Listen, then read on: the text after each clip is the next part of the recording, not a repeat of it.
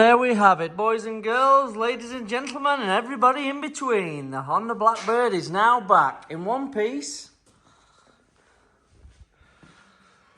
Look as shiny as I can get her with the Vulcanet wipes that we use.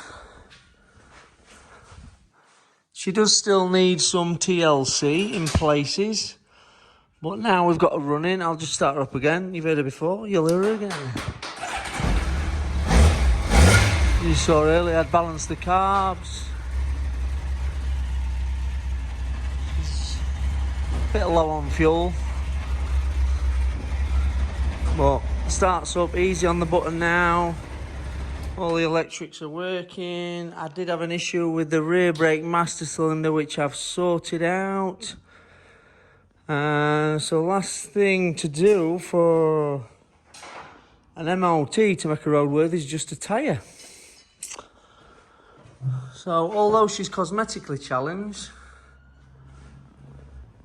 she's going to be a cheap, super fast machine for somebody.